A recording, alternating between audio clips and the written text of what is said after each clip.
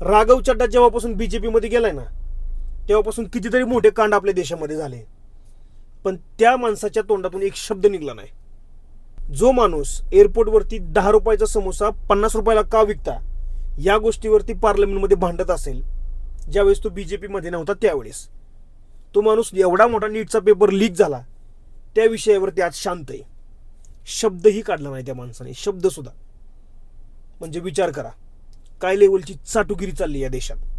आता या सगळ्या गोष्टीवर मला एकच गोष्ट लक्षात येते की राघव चड्डाला जनतेचं काही घेणं देणं नव्हतं ज्यावेळेस तो पार्लमेंटमध्ये हे सगळे मुद्दे मांडत होता. त्यावेळेस त्याला फक्त लोकांमध्ये फेमस व्हायचं होतं, पब्लिसिटी स्टंट होता तो, बस, बाकी काय नव्हतं.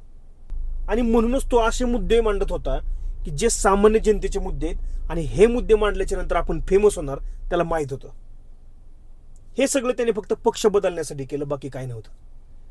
आणि खरंच जर त्याच्या मनात जनतेसाठी काय असतं तर आज नीटचा पेपर लीक झाला, एवढा मोठा पेपर लीक झाला, देशामध्ये एवढ्या मुलांनी आत्महत्या केल्या, तर या गोष्टीवरती एक शब्द तरी तो माणूस बोलला असता. पण आज तोंडाला कुलूप घातले त्याच्या. का तर तो बीजेपी मध्ये गेलाय.